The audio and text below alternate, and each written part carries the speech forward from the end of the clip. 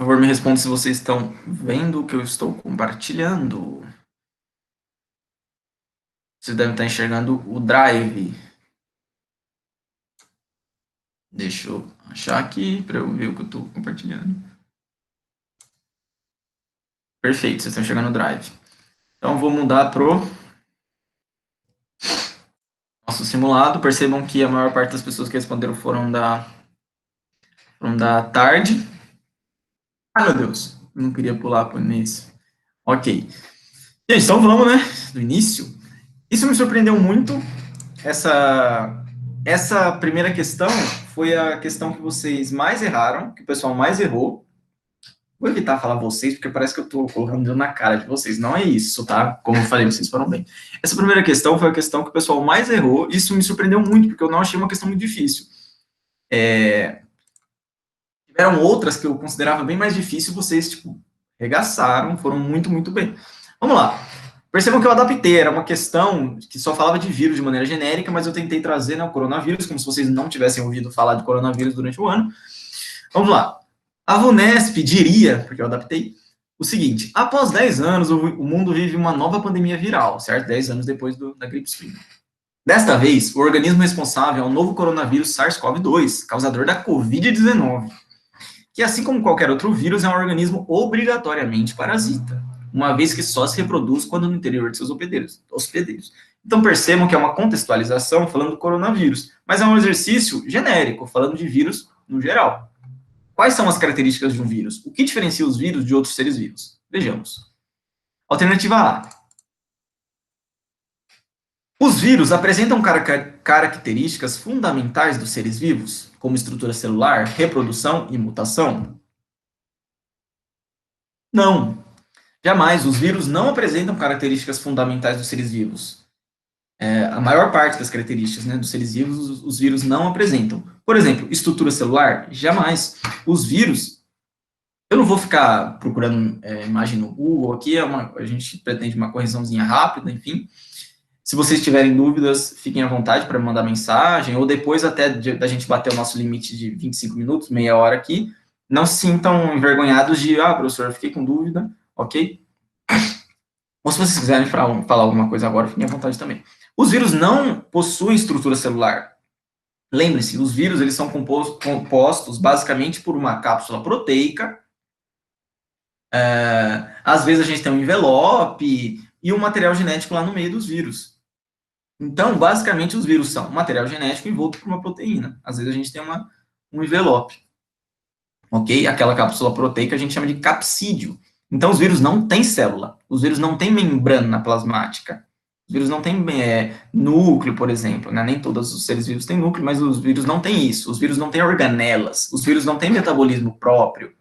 Os vírus se reproduzem? Sim. Os vírus mutam? Sim. Mas os vírus não possuem estrutura celular. Então, a letra A está errada por isso. A letra B. São seres maiores que as bactérias? A gente pode até achar algumas exceções, mas em geral não. Em geral, os vírus são muito menores que bactérias, que já são muito pequenas. São seres maiores que as bactérias, pois não atravessam filtros que permitem a passagem de bactérias. Então, como eu falei para vocês, não. A maioria esmagadora dos vírus são menores do que a maioria esmagadora das bactérias. A gente pode pensar dessa forma. Claro que a gente tem exceções, estamos falando de biologia. Letra C. Os vírus são formados por uma carapaça proteica? Vai, hein? Envolvendo o retículo rugoso com ribossomos utilizados na síntese de sua carapaça. Eu imagino que vocês chegaram a ter o conteúdo de citologia, né, de biologia celular, com o nosso queridíssimo Rodolfo Ferreira, mas aí se fala, puta, professor, mas você é um cuzão, hein? Porque a gente não teve aula de citologia com ele, eu não sei, tá, gente? Não sei se vocês já tiveram. A gente não teve, então como você me coloca uma questão dessa? Gente, ribossomo e retículo são organelas, ok? Talvez vocês não lembro exatamente a função do retículo, não lembro exatamente a função do ribossomo, mas é muito importante vocês saberem que ribossomos são organelas. E um retículo endoplasmático, né? Aqui faltou o terminho, eles não usaram o termo endoplasmático, mas o retículo também é uma organela. O vírus não possui organelas. Lembrando, o vírus são material genético envolto por um capsídeo proteico, algumas vezes por um envelope também, ok? Então, a letra C também está errada. D, são todos parasitas animais, pois não atacam células vegetais? Não, também está errada essa alternativa. Os vírus parasitam animais, os vírus parasitam plantas, os vírus parasitam bactérias, vírus bacteriófagos, vírus vão ter vírus que parasitam é, prototistas ou protistas ou protozoários, né? Não são exatamente enrolei aqui porque a gente tem muito sinônimo na biologia. Protistas e prototistas são usados como sinônimos, protozoários fazem parte dos protistas. Mas, enfim, a gente tem vírus para esses grupos também. A gente só não tem vírus parasitando o vírus. Aí você me fala, nossa, então quer dizer que o SARS-CoV, né, que causa a Covid-19, o novo coronavírus, ele é capaz de infectar, né, de parasitar uma samambaia? Não, não é. A gente vai ter grupos que infectam, que parasitam plantas, vai ter grupos que parasitam bactérias, grupos que parasitam animais, e assim por diante. Aí, depois eu fiquei pensando, falei, nossa, por que eles erraram tanto essa questão, né? Aí eu pensei, eu acredito que seja por isso. Porque apesar da questão não ser tão difícil, apesar das alternativas que estão erradas, não ser difícil perceber que elas estão erradas, eu acho que a E, que é a alternativa certa, era difícil de perceber que estava certa. Então eu acredito, depois eu fiquei pensando, vocês podem até me falar, talvez por isso esse exercício ficou complicado. Eu até anotei aqui, de 11 respostas, a gente só teve 4 respostas corretas. Foi o exercício que o pessoal mais errou. E o que acontece? Por que ela está correta? Vamos ler ela. Alternativa E. Os vírus podem desempenhar funções semelhantes aos antibióticos, ocasionando a lise bacteriana, ou ulise bacteriana, como eles chamaram aqui, e impedindo a reprodução de bactérias. Vocês devem achar, talvez soou muito estranho essa frase, mas eu cheguei a falar disso em sala também. Vírus bacteriófagos, eles vão parasitar bactérias, e eles têm um tipo de ciclo, que é o ciclo lítico, onde eles vão realmente causar a lise bacteriana. O que é a lise? É estourar a célula bacteriana, matar a bactéria. Então, de fato, a gente tem até tecnologias, pesquisas, enfim, talvez para o futuro isso seja muito importante. Hoje em dia a gente usa muito antibiótico realmente para combater bactérias, mas a gente tem essa perspectiva de uso de vírus bacteriófagos para combater bactérias. Então, ao invés de eu tomar um antibiótico, ao invés de tomar um remédio, eu vou lá e vou tomar um vírus, um coquetel de vírus, onde esses vírus eles infectam bactérias, então eles não vão me atrapalhar necessariamente, eles vão infectar as bacterinhas que estão me fazendo mal no momento. Então, alternativa E para a questão 1. Ei, time, me falam. Deixa eu ver os comentários aqui. Puta, o tempo passa muito rápido, que merda.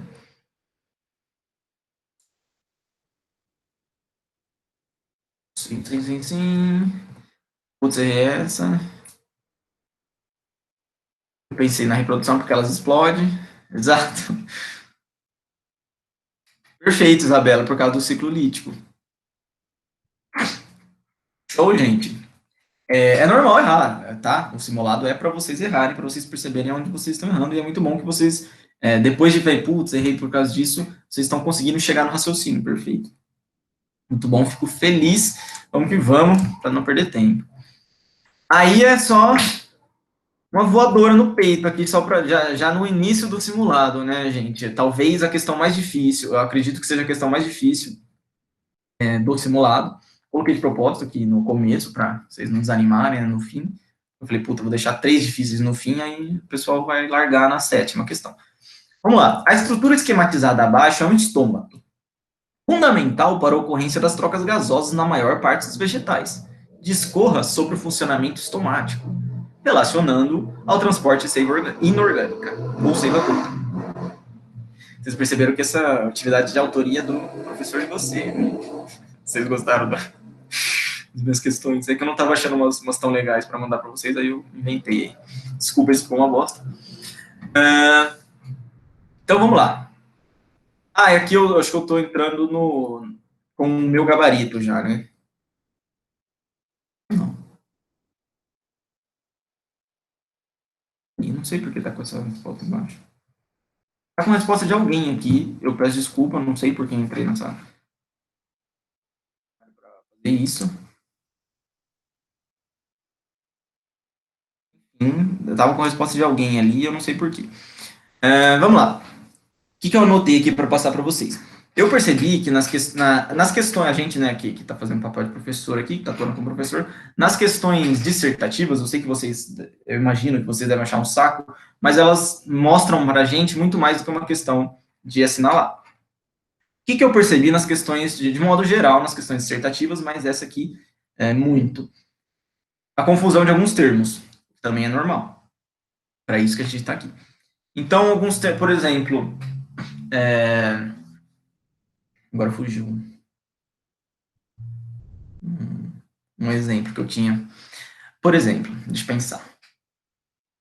Na hora de falar que o estômato é importante para a troca gasosa, e depois o estômato, por realizar trocas gasosas, ele vai ser importante na condução de seiva, a pessoa ia lá e escrevia algo do tipo, as células guardas e as células anexas, né, que compõem o complexo estomático, que compõem o estômato, elas realizam trocas gasosas entre si. Pode acontecer isso, mas não é isso que a pessoa quis dizer, né? Eu acredito, né? Que ela não tá querendo, tipo, ela não tá com um raciocínio tão avançado assim, né? Tipo assim, que tá fugindo da matéria. Eu entendo que a pessoa está confundindo o conceito de troca, de entrada e saída de água das células anexas, né? Das células guardas, principalmente, e está confundindo esse conceito com o conceito de troca gasosa, que o estômago também é responsável, o que eu compreendo, é um assunto difícil, como eu disse, é a questão, eu acredito, mais difícil do simulado, mas eu respondi, eu percebi isso. E uma coisa também que esteve presente nas questões dissertativas como um todo, mas nessa também, é a questão de respostas incompletas. Eu entendo que se fosse o Enem, o Enem não tem dissertativa, né, só o texto. Se fosse a segunda fase da Unesp, eu acredito que as respostas seriam melhores ou mais completas. Eu entendo. Se fosse eu respondendo um simulado, assim, tipo, não é sério, né? Eu também responderia meio tipo, vou responder aqui, sem pensar muito. Então, entendo que tem essa questão também, mas eu reparei em algumas questões incompletas, no sentido de, tipo, eu estou pedindo para vocês responderem alguma coisa, no caso, explicar o funcionamento estomático, e estou pedindo para relacionar com o transporte de seiva. A pessoa ia lá e respondia o funcionamento estomático, ou ia lá e falava sobre o transporte de seiva. Algumas questões, claro, juntando as duas perfeitas, certinho, né? Ia tirar um 2, se valesse 2, por exemplo. Mas, enfim. Eu deixei aqui, eu acredito que vocês viram uma questão, uma resposta que tiraria 2, né, formulada por mim. Eu vou ler para vocês. Seria o seguinte: os estômatos são anexos epidérmicos, característico das folhas. A função primordial dos estômatos é possibilitar as trocas gasosas entre a planta e a atmosfera. Lembremos que mais de 90% das trocas gasosas realizadas entre planta e atmosfera acontecem através do estômago. O que o estômago vai fazer de fato, né? A gente está falando de trocas gasosas, mas o que é isso acontecendo? Saída e entrada de carbono, saída e entrada de oxigênio e principalmente a transpiração, a perda de água na forma de vapor para a atmosfera. A transpiração vegetal tem profundas relações com o transporte de seiva inorgânica através do xilema. A água e os sais minerais são absorvidos pela raiz e entre as teorias utilizadas para explicar o seu movimento até o ápice está a teoria de coesão-adesão ou coesão-tensão-adesão. Essa teoria entende que a perda de água para a atmosfera funcionariam sugando a seiva do xilema e mantendo um fluxo contínuo, de maneira análoga a um canudo sendo utilizado para beber um suco, um refrigerante, uma água. Então, sempre esse exemplo do canudinho. Imaginem que a planta, é claro que isso é uma analogia, tá? Não é isso que acontece, né? Não tem ninguém chupando a planta lá para subir a água. De maneira análoga, assim como você, ao beber um suco usando um canudo, está mantendo um fluxo contínuo dentro do canudo, o estômato, através da perda de água para a atmosfera, na forma de vapor, isso acaba puxando, de certa forma, a seiva bruta, né, a seiva inorgânica, e mantendo o fluxo contínuo. Eu até separei aqui, no livro do Koch, que eu estava dando uma olhada nisso, né, e tem uma frase que resume perfeitamente. Se eu tivesse visto essa frase, eu colocaria ela como feedback, não a resposta que eu acabei de ler para vocês. É o seguinte. Peraí que eu perdi. A transpiração cria uma coluna contínua de água e sais minerais dentro do corpo da planta, funcionando como uma bomba propulsora de seiva bruta, de baixo para cima. Ok? Vou olhar os comentários. Essa foi a questão 2. Difícil, não se assustem.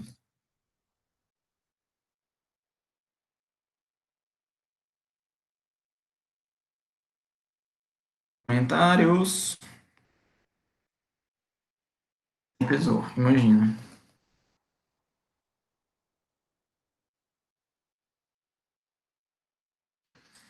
Sim, gente, foi um pouco difícil, mas é isso. Foi de propósito, tá? Eu tentei dar uma balanceada em. Na verdade, vocês gostaram disso? Eu posso tentar fazer mais dessas, né?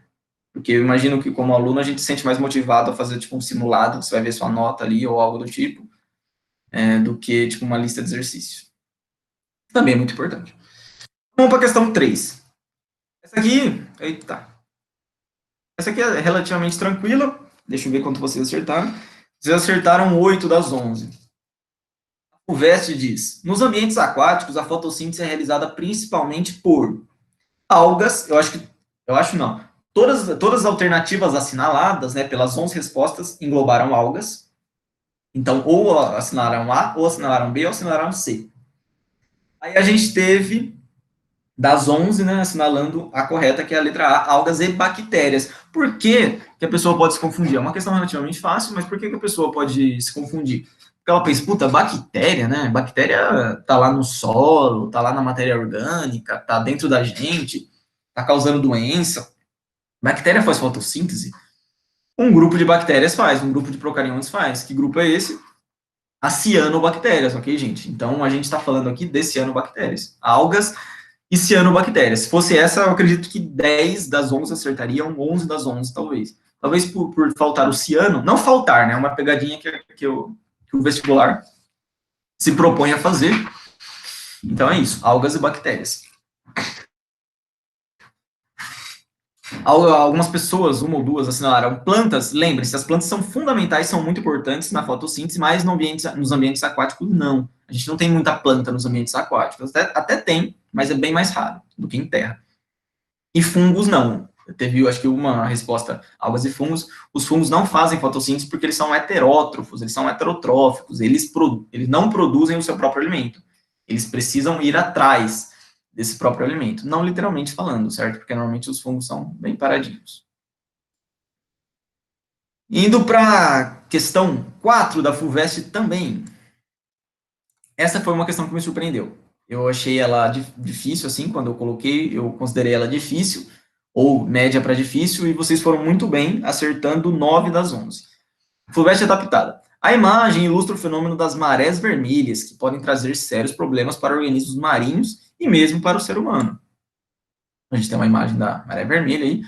A maré vermelha acontece devido. Letra A grande concentração de rodofícias bentônicas na zona das marés. Aqui tem muitos termos que eu acredito que é possível, na verdade, que vocês não estejam tão familiarizados. Por exemplo, rodofícia são as algas vermelhas. E a maré vermelha não é causada por algas vermelhas, ok? Algas vermelhas não é um termo científico, né? É um nome popular, mas as rodofícias são o nome técnico, digamos assim, das algas vermelhas, ok? Então, não são causadas por rodofícias, são causadas por pirrófitas, são outro tipo de alga, águas de fogo. E a gente vai ver por que lá na alternativa aí. Puta, eu já tô dando resposta de novo para vocês, não sei por que tá indo a resposta. Ah, gente do céu. Então, a letra A está errada primeiro, porque não são rodofícias. Rodofícias são algas vermelhas, não é esse grupo. E rodofícias bentônicas. O que é bentônico, professor? O que significa um bento? Algo que é bentônico se refere a um ser vivo que habita a profundeza do mar. Não precisa ser quilômetros de profundeza, mas ali no fundo do mar, de fato, né? No substrato do mar. No chãozinho do mar, enfim. Termo que preferirem. E a gente sabe que a maré vermelha acontece por algas, né? As pirrófitas, que elas vivem na superfície da água, do mar. Letra B, ao vazamento de petróleo. Não, o petróleo não está relacionado com esse fenômeno. E nem são diatomáceas também, que é outro grupo de algas. Perceba que eu não tenho a pretensão de cobrar de vocês o que é uma rodofícia, o que é uma diatomácea, o que é uma pirrófita. Pode ser até importante, né? Se vocês souberem, muito bem. Mas eu não tinha essa pretensão. Eu acho demais até. Eu não gosto desse tipo de questão, na verdade. Que pede coisas tão... Enfim. Mas vocês têm que saber que o petróleo não está relacionado ao fenômeno da maré vermelha. Letra C. A presença de poluentes químicos provenientes de esgotos industriais. Essa é uma questão que pode confundir. Essa é uma alternativa que pode confundir. A gente até pode ter uma questão de esgoto sendo liberado a mar aberto. Aí a gente tem muito nutriente. E isso vai proporcionar o boom, né, das algas pirrófitas que vão causar a maré vermelha. Lembrando, né, que a maré vermelha acontece porque a gente tem um boom populacional desse grupo de algas que a gente está citando aqui. Primeiro que não é questão química, né? Tão diretamente, assim. De fato, a gente tem alguns compostos ali que proporcionam isso, mas enfim. Mas percebam a pegadinha. Até pode ter a ver, mas o que causa a maré vermelha? É a presença do esgoto? Não, o esgoto proporciona o boom populacional que causa a maré vermelha. Então, se atentem a esse tipo de questão. Quando eles perguntam o que causa X, aí eles dão o que causa X e eles dão em outra alternativa o que proporciona que X aconteça. São coisas diferentes, por mais que estejam relacionadas. Aí, letra D, a reação de certos poluentes com oxigênio, de jeito nenhum. Resposta certa, E de estou aqui, ou E de estojinho, como dizia uma canção que tinha na minha infância. A proliferação excessiva de certos protistas planctônicos. O plâncton vive na superfície do mar. Assim como o bento é no fundo do mar, o plâncton é na superfície do mar. E essas algas, né, elas liberam toxinas na água. Essa é a maré vermelha. Gente, eu não vou nem para 5, porque eu não quero estourar o tempo. Eu fiz um combinado com vocês. Essa questão aqui bem tranquila também. 10 acertos de 11. Vamos para 5, então, rapidinho. Só estava falando para diferenciar, né, para você identificar o grupo de plantas e diferenciar o grupo A e o grupo B. As espécies dos grupos vegetais A e B assemelham-se, pois crescem preferencialmente em solos úmidos, possuem órgãos de reprodução pouco desenvolvidos, são destituídas de flores, sementes e frutos, dependem da água para a reprodução. Reproduzem-se por alternância de gerações. Então, perceba que aqui a gente definiu, a gente falou de plantas, de 2 grupos de plantas, briófitas e pteridófitas. Então, vocês têm que ter isso em mente. Falou, não tem flor? Não é angiosperma. Não tem semente? Não tem fruto? Não é gimnosperma também, né? Porque não tem semente. São briófitas e pteridófitas. Aí eles vão pedir para você diferenciar briófitas e pteridófitas. Porque eles falam o seguinte, desse grupo maior, a gente tem o grupo A e o grupo B. O A são plantas vasculares e o B são plantas avasculares. Então, respectivamente, A e B são, resposta certa, E, samambaias e musgos. As samambaias são tudo isso aí, só que são vasculares, têm vasos condutores, xilema e floema, e os musgos são tudo isso aí, só que não tem vasos condutores, não tem xilema e floema. Chegamos na 5. Solzinho, peço desculpa pela minha pressa.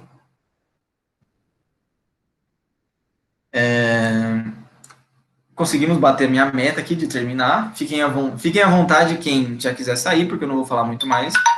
Ó, meu alarme tocando aqui. Eu agradeço a presença de vocês. Peço desculpa para quem aguenta e para quem prefere até um esquema mais demorado, tipo assim, 1 hora e meia, para a gente ficar fazendo todos os exercícios com calma, eu vendo os comentários devagarzinho. Mas eu tô tentando, eu sei que eu demoro, eu falo pra caramba e acabo, enfim, ficando uma coisa um pouco mais pesada. Deixa eu parar de apresentar aqui, como que faz? Enfim, agradeço a presença de vocês. Espero que vocês tenham gostado desse esquema. Se vocês gostaram desse esquema ao vivo, eu pretendo manter, porque já adianto, vou entrar em contato. Demorou, Fabiane, é uma ideia. De repente, na próxima a gente vai com mais tranquilidade. Então, é um teste, né? A gente está inovando aí. Inovação, tecnologia. Adianto para vocês que eu pretendo terminar, né, semana que vem, esse simulado, e eu estou pensando em fazer mais 2 semanas de revisão. Não pensem que o professor de vocês é vagabundo e não está querendo dar aula. Na verdade, eu fiz todo o cronograma, né, eu montei o planejamento para o segundo semestre, e por uma série de fatores, a gente está com um tempo ok, assim, não precisa ter pressa em nada. A gente tem bastante tempo para trabalhar, e eu estou pensando em, ao invés de tacar um monte de conteúdo em vocês, já que a gente tem tempo, fazer revisão. Fazer a correção do simulado aqui, que é um tipo de revisão também, depois mais 2 semanas de revisão de todo o primeiro semestre. Aí eu pretendo, só em setembro, começar conteúdo de fato com vocês. Aí a gente vai para evolução e ecologia, que são temas relativamente tranquilos, muito gostosos, inclusive, de estudar, e muito importantes no entendimento da biologia como um todo. Ok! Gente, muito obrigado. Deixa eu ver aqui nos comentários se tem alguma pergunta específica. Muito boa, porém difícil. Marquei errado sem querer. De boa. Só toma cuidado, Camila, quando for vestibular mesmo. Lembrei da aula extra. Muito obrigado, Ina. Valeu a pena. E não, a maré vermelha não é causada por uma baleia gigante que morreu.